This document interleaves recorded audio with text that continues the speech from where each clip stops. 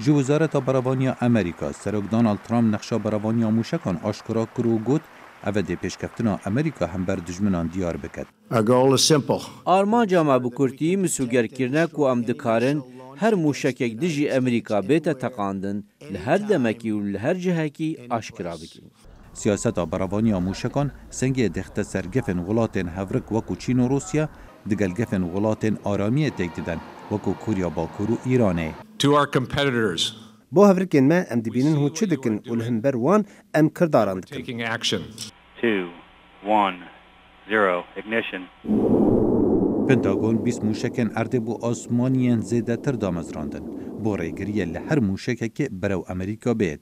اف تکنولوژیا پیشکفتی ناسیاره به هایپرسونیک تکنولوژی که پین جاران جلزیا دنگی لزگین تره.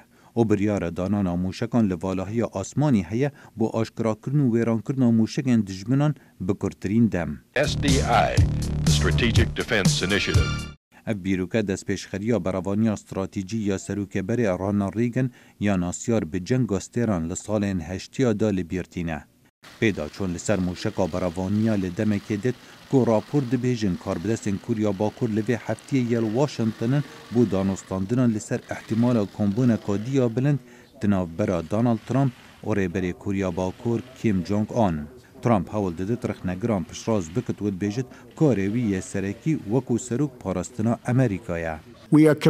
ما پیگیری بدانانا برنامج و روانیا موشکان هیا کو بشید هر باجرکی امریکا بپارێزید و ام قد دانستاندنان لسر مافین خونا کین. و پیداچه داخوازن پیداچونه لسر سیستم براوانیا موشکان بوزیده کرنا شیانین امریکا لنافخو سرانسری جیهان کوریا باکور تورا بکد. کو سیستم براوانیا امریکا بوریگریه لموشکان اول لکوریا باشور کوریا باکور د آزرینه.